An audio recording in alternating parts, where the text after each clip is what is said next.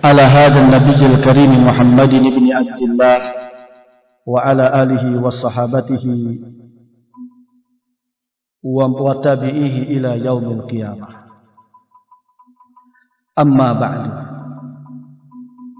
Hadirin jamaah salat Isya dan insyaallah tarawih di Masjid Al-Huriyah yang dirahmati Allah Subhanahu wa taala. Kaifa halukum fi Ramadan? Bagaimana keadaan kita pada hari ke-8 di bulan Ramadan ini? Bagaimana puasa kita? Sudahkah nyata terasa berpengaruh pada sikap dan perilaku kita? Bagaimana dengan tarawih kita yang setiap malam kita lakukan? Sudahkah membuat kita juga lebih bersemangat sehingga meningkat ibadah-ibadah kita di semakin berkurangnya hari-hari Ramadan ini? Bagaimana dengan tilawah dan tadarusan kita semua? Sudahkah membaca Al-Quran dengan penuh tadabburan itu membuat kita merasakan kelezatan, merasakan nikmatnya berkomunikasi, berbicara langsung dengan Allah Subhanahu wa taala, sehingga membuat kita semakin kuat tekad untuk terus meningkatkan bacaan, memperbanyak tilawah Al-Quran.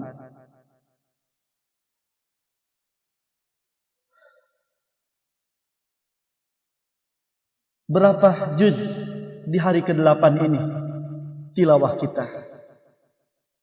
Sudahkah 8 juz itu selesai? Di mana itu adalah targetan minimal setiap kita jika mentargetkan 1 kali khatam selama Ramadan.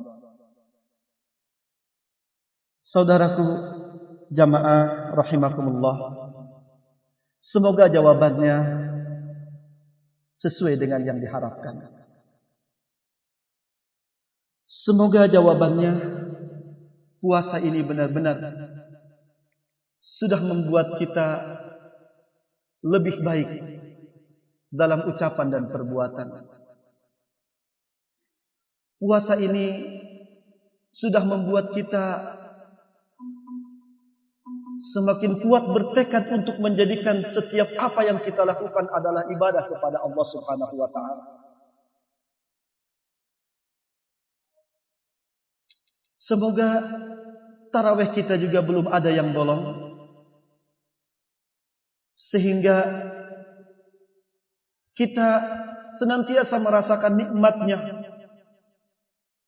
bertemu langsung Allah Subhanahu wa taala dalam salat-salat kita. Semoga bacaan Quran kita juga sudah lebih dari 8 juz, sehingga targetan minimal 1 kali khatam di bulan Ramadan ini akan tercapai. Dan artinya kita mendapatkan kesempatan banyak berkomunikasi dengan Allah Subhanahu wa taala, agar kemudian apa yang Allah Subhanahu wa taala targetkan benar-benar menjadi kenyataan dalam keseharian kita.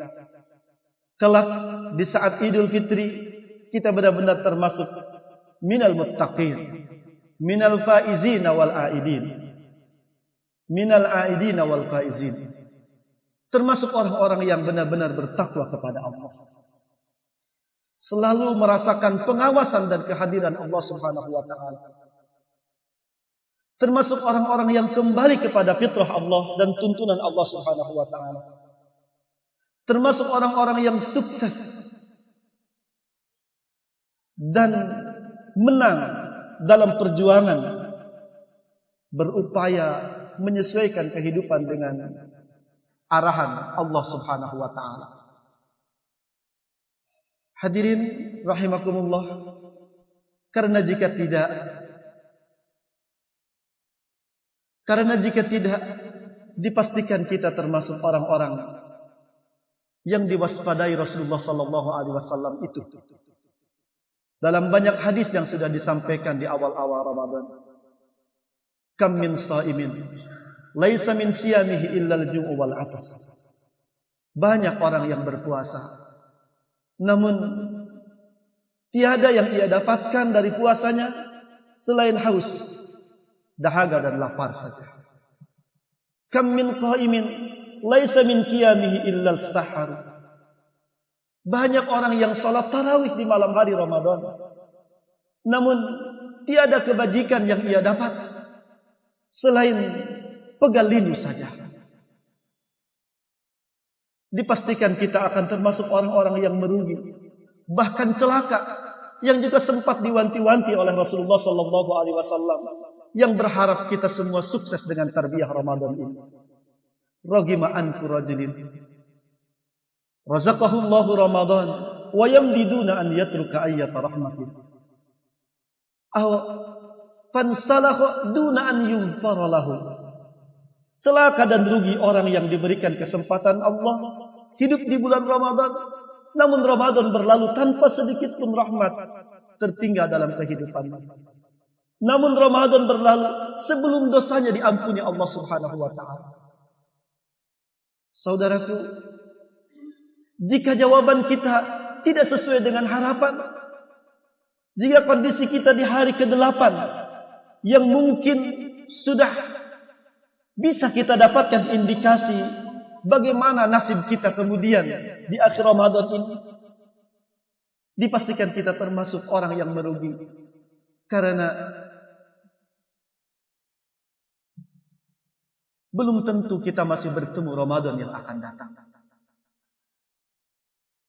Saudaraku hadirin rahimakumullah, rasa lapar, haus, dahaga, terkadang kesal, penat, lelah di bulan Ramadan ini adalah tarbiyah rabbaniyah, pembinaan dan arahan yang Allah Subhanahu wa taala berikan kepada kita untuk membuat setiap kita ini lebih baik dan lebih tunduk kepada Allah Subhanahu wa taala. Untuk membuat jiwa-jiwa kita tidak menjadi buas, untuk membuat ruhiyah kita menjadi lembut dan mudah mendapatkan isyarat-isyarat ilahiyah yang diberikan kepada kita dalam setiap hari, dalam setiap saat. Hadirin, sekali lagi, semoga kita mampu mengoptimalkan kesempatan yang Allah Subhanahu wa taala berikan dengan bulan Ramadan tahun ini, dengan ibadah yang lebih baik, yang lebih khusyuk dan penuh harap munajat kepada Allah akan kesuksesan tarbiyah Ramadan ini, sehingga kelak di saat Ramadan kita benar-benar termasuk orang-orang yang kembali kepada fitrah Allah dan mendapatkan kemenangan. Minal aidin wal faizin. Amin ya rabbal alamin. Mari kita tingkatkan ubudiyah kita. Mari kita kejar targetan ibadah kita di bulan Ramadan ini.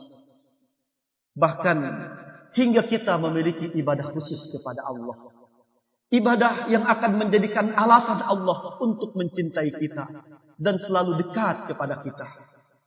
Rasulullah sallallahu alaihi wasallam seringkali berpesan kepada para sahabatnya, dan pesan ini juga untuk kita semua. Cari dan upayakan ibadah unggulan kita kepada Allah, agar Allah mencintai kita, agar Allah dekat kepada kita. Walaupun yang tahu hanya Allah dan diri kita sendiri. Hadirin, selamat menemukan ibadah istimewa dan khusus setiap kita kepada Allah Subhanahu wa taala di bulan Ramadan ini. Aqulu qauli hadza wa astaghfirullah li wa lakum. Wassalamu alaikum warahmatullahi wabarakatuh.